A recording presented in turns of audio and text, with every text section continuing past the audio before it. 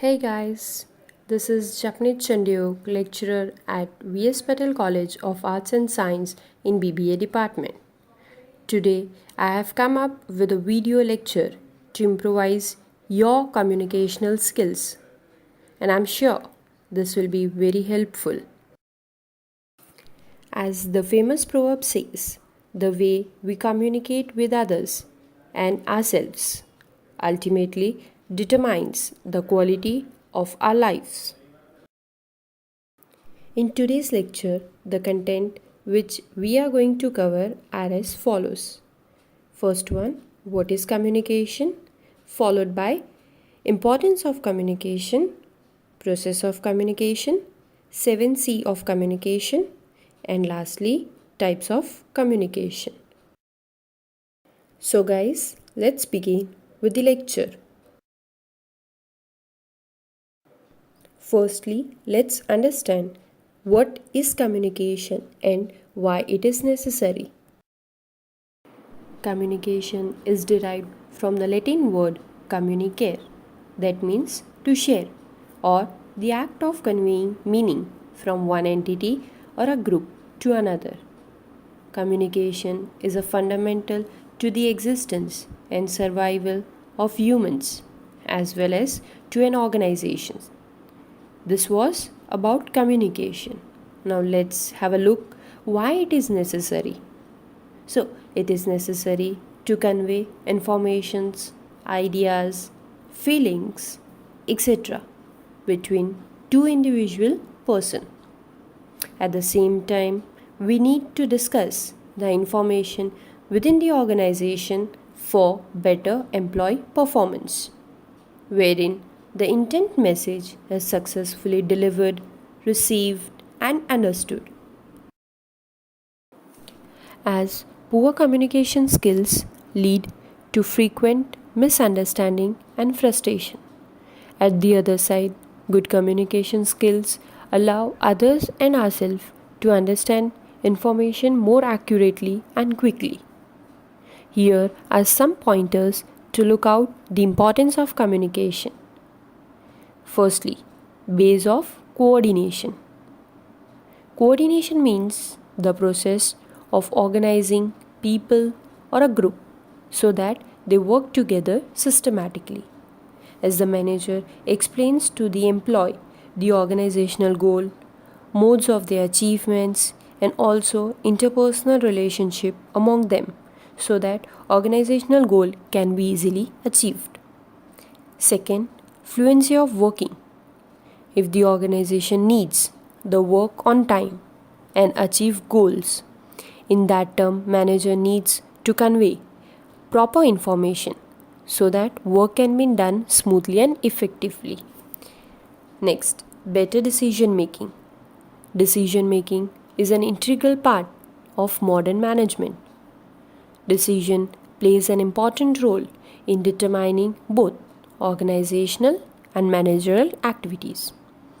So that without information and proper communication, goals cannot be achieved and no decision can take place in the absence of information. Next, increase managerial efficiency. Communication is essential for quick and effective performance of the manager, employers, and entire organization. This can be done by using managerial activities such as planning, coordinating, directing, decision making, staffing, etc., by which manager conveys the target among the employees with better format of communication to achieve the organizational goal. Next, increase cooperation and organizational peace. The two-way communication process promotes cooperation and mutual understanding amongst the worker and also between them and the management. Next, boost morale of the employees. Having good communication helps the worker to adjust physically and socially for their work. An effective system of communication enables the management to motivate, influence, and satisfy the subordinates, which in turn boost their morale and keep them motivated. Let's move on the next topic, that is process of communication. The process of communication refers to the transmission of information or a message from sender through a selected channel to the receiver. At the same time, it also refers to a cyclical conversation which begins with the sender and ends with the receiver in form of a feedback, as it is clearly shown in the given picture. Let's discuss in detail. First one, sender. The sender is one who generates the message and conveys it to the receiver. For example, as I have presented the importance of communication through this lecture. Second, message. It is the idea, information, feeling, etc. that is generated by the message through the sender. Continuing with the example, information regarding communication is perceived by the students. Next, encoding. What do you mean by encoding? Encoding means the code used by the sender through message that he or she is generating. Encoding can be done symbolically through picture, gestures, or in the form of words. Next, media. It is a manner in which the encoded message is transmitted. The message can be in oral or written form. The media of communication includes telephonic, internet source, post, fax, or by email. For example, I have used internet as a medium to provide the information about communication. Next, decoding. Decoding is a process of converting the symbols encoded by the sender, and once after decoding, the message is received by the receiver. Nextly, receiver. He is the person who is last in chain and for whom the message was sent by the sender. And once the receiver receives the message and understands it, he or she provides the feedback for the message. Next, noise. Noise is unwanted sound judged to be unpleasant, loud, or outcry that is generated during the communication, due to which message sent by the sender cannot be successfully delivered or received by the receiver. And lastly, feedback. Once the receiver confirms to the sender that he has received the message and understood it, the process of communication is completed. Hope you all are clear with the content up till now. So let's cover up the remaining topic, that is 7 C's of communication. To have effective and proper communication, one needs to understand the concept of 7 C's. So, what are 7 C's? Yes, 7 C's of communication is a checklist that helps to improve the professional communication skills and increases the chance that the message will be understood in a proper way. Let's discuss all the points in detail. First one, clear. The purpose of communication should be clear to the sender, and then only the receiver will be sure about it. The sender should not cover several ideas in single sentence. Second, correct. The correct message has a greater impact on the receiver, and the correct language should be used without grammatical error. Next, complete. The complete information gives answer to all the questions to the receiver and assists better decision making. Concrete. This means message should be clear and No misinterpretation should be there. Next, concise. This means the message should be to the point. The sender should avoid the lengthy sentence, and which helps in retaining the receiver's attention. Next, consideration.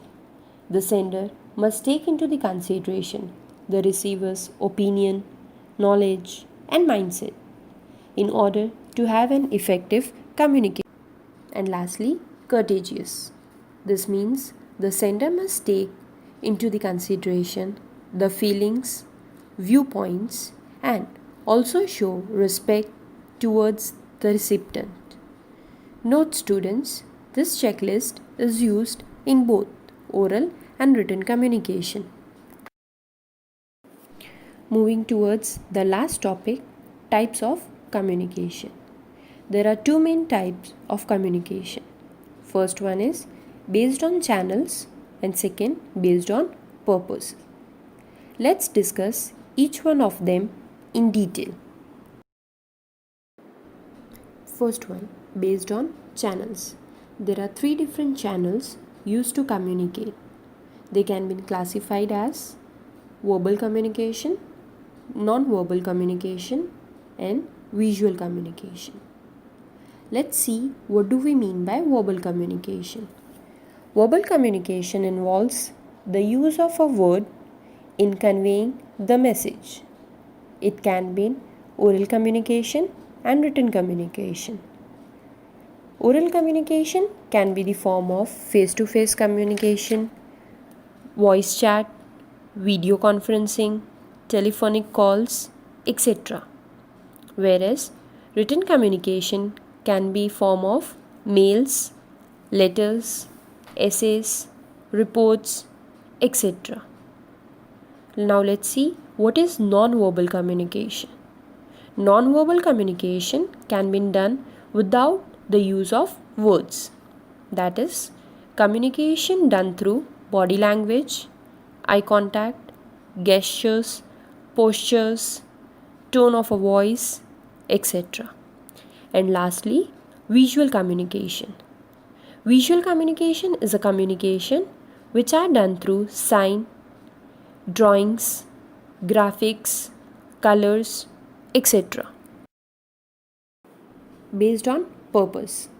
Based on purpose communication can be classified in two ways. First one is formal communication and second is informal communication. Let's see what is formal communication.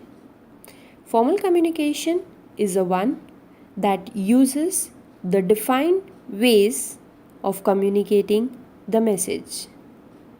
This can be done through vertical communication, horizontal communication, and diagonal communication. And what is informal communication? Informal communication is in casual communication which does not follows the predetermined ways to communicate any message. So students, I hope through this video you now have a better understanding of how to communicate. Hope you do the best. Stay home, stay safe. Thank you.